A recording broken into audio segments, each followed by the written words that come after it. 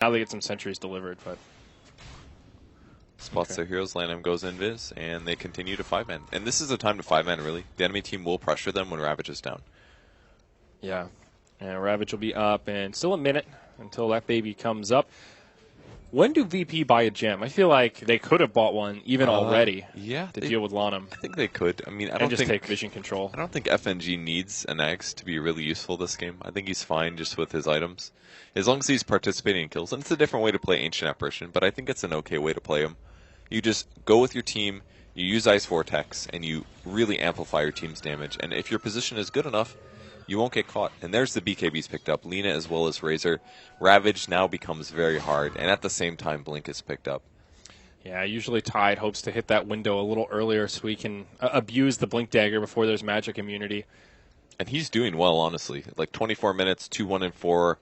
His Blink Dagger is not delayed, but because he got it after the mech, the other heroes that can farm faster than him grab their BKBs. Yeah. So if they pop BKB and he's only able to ravage maybe 1 or 2 supports, it's going to really change how the team fight goes. Because Tide is pretty bad after Ravage. He doesn't do that much. And against Razor, Razor's still pretty good for damage output. Doesn't have to worry about getting his damage reduced. Yeah.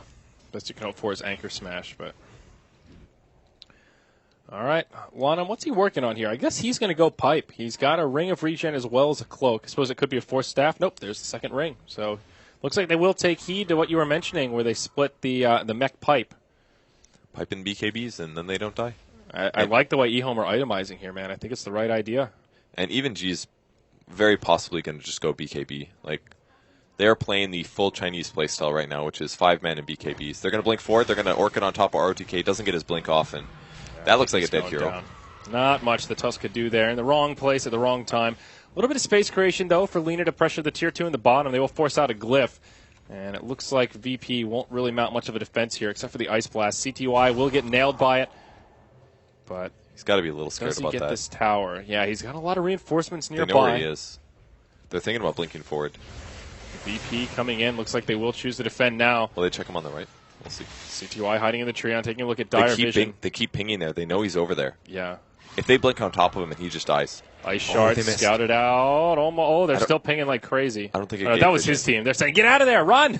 Yeah. Run. They do deward the ward. Do they have a gem now? They do. It's a gem on FNG. Great purchase here. Okay. He's gone for some stat levels as well. 2 currently, just to increase his HP without needing money to be able to do that.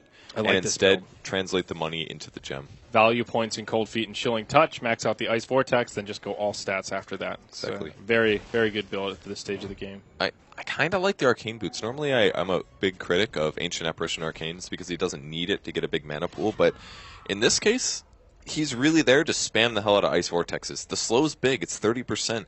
These things last for 16 seconds, and they're on a 4-second cooldown. You can get up to 4 down in a battlefield, and if the fight is fairly static, that's a huge deterrence to your opponents moving and chasing after you. It's kind of like a counter to track, really, if you think about it. Yeah, that's a good point. E-Home grouped up is 4 in the mid lane here. They don't have their Lina with them, but they see Illidan. He is tracked. Ice Shards fall a little bit short. No blink in sight for Rubik. No. So his positioning is a little tough still. Yeah, he's pretty broke. Both the supports on the Dire side having trouble farming here. It's because they're 5-manning. Yep. There's only so much you can do in these positions. But a smoke from E-Home. And a BKB picked up by the Gyrocopter. So I think VP's okay with this fight then. It all comes down to who initiates first. If it's a Blink Ravage, their team's a little spread. There's the initiation. Will he Blink Ravage it? He does. He catches 3, but not the best Ravage. Yeah, all the BKBs are on here. Illidan now, he's the victim of the winner's curse. Snowball across onto Lil. ROTK still alive, but maybe not for long. Sonic Wave from Quapper on the backside will finish off the Bounty Hunter. Ice Blast comes in to connect on a few. ROTK will get shattered by G. His BKB still on, though, about to expire. Oh, he's in trouble now. Yules to set up. CTY connects with the LSA. The damage is there. It's a 2 for 2. E-Home getting some cleanup is now Illidan going in. Uh-oh. The Plasma Field doing some damage, but a buyback from the Queen of Pain. I like this a lot. He can clean up big time. Going after Razor. There's the Anchor Smash first. Gush in 3 seconds. I think there's no way that Razor escapes this here. There's the Gush. Though, Phobos needs to be careful. Now in comes G. Looks like the Winter Wyvern was able to TP home. Nothing G could do about it, but will jump onto Yang. Finds the cleanup kill there. So a long extended fight, but it looks like E-Home get the big net worth advantage because of that buyback on the Quap. Now, he only gets 40% of the gold that he would normally get there. All gold earnings reduced by 60%. So despite it saying 600, he only got a little of that back, but it does still give them some space on the map.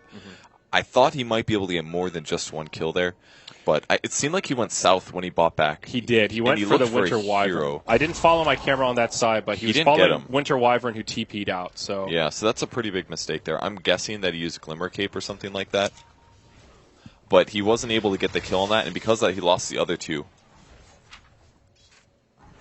Okay. So things resetting a little bit here.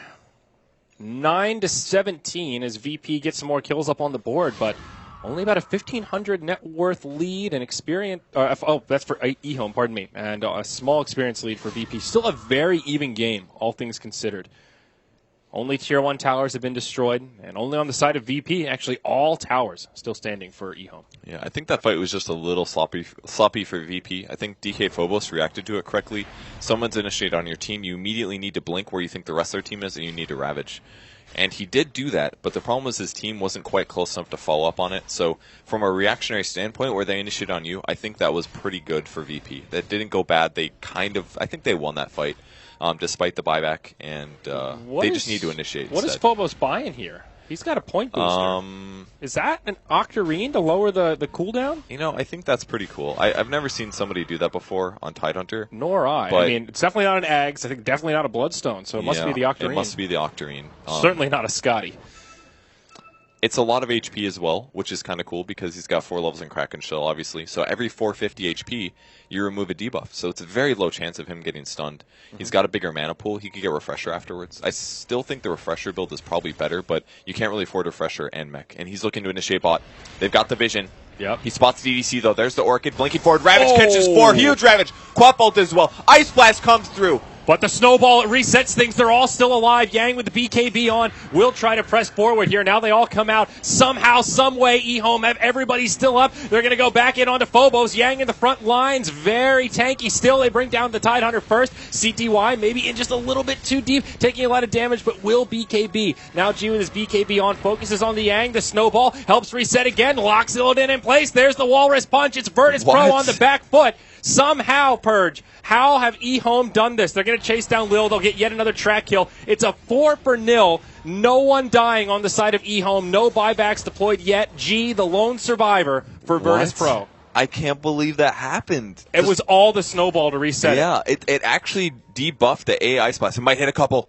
Doesn't get the Razor. I think it also stopped the Quap Bolt from doing a lot of damage. They got hit by the Ravage, but the snowball came right as the Sonic Wave flew through, and I'm pretty sure it was completely nullified on everyone in the snowball. Those 2 heroes should have 100% died. That Ravage was perfect. The team follow-up was immediately afterwards, but the snowball just bought them time, and that was such sick play from ROTK. He read that fight. He pulled them together. They were the focus, and they completely wiped VP. And maybe the rest of VP didn't quite go as crazy as aggressive enough as they needed to, because after the Ravage, the fight just looked over, and it seemed like once it wasn't over, the rest of the team was sitting back a little bit. So I feel like maybe VP didn't commit hard enough to trying to secure those kills. Maybe they read that, oh, the fight's over, they snowballed, but that went completely opposite to how I thought it was going to. There was also that chaos factor of, since they jumped in the snowball, it looked like they all died at first because they just disappeared off the screen. It took me a moment, and then as soon as I saw the snowball, we realized that now set up onto Phobos, but it's CTY on the back foot. He'll scoot away, Lanham nearby,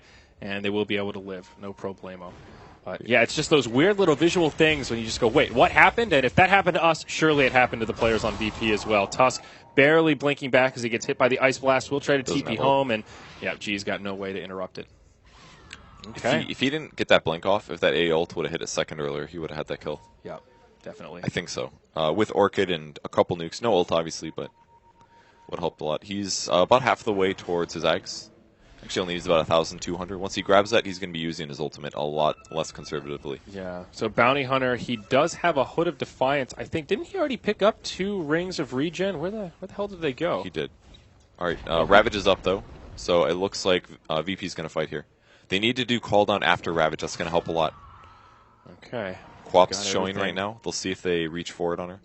So this is dire vision right now. They've only got one ward around the Roche pit. They ping out the Tusk. That's the only one they see. The rest of I.M.O hiding in the tree line here. They will break the smoke. On ground. Yang in the front line. Oh, he's got the BKB on. Winner's Curse onto Illidan. It goes right through the BKB. This gyrocopter's in a lot of trouble. Rubik dies off to the backside to CTY. Now Illidan down for the count. He has a buyback. Ravage comes out from DK Phobos. It'll get the Tusk, but there's just no follow-up. It was too defensive. They can't interrupt him on the TP out. He'll live, but G. Caught by the LSA as he tries to blink. A track kill. Can they get another one? Nope, he will just barely live unless they can chase him down. Yeah, he's going to be fine. Okay. All right, welcome mainstream. Hello, this is a seriously important game if you guys haven't been paying attention. Both of these teams are fighting for their top 4 spot in Group B. Mm-hmm. And it's a close one. I.M.O looked very strong in game number 1. And here in game 2, VP fighting for the top 4.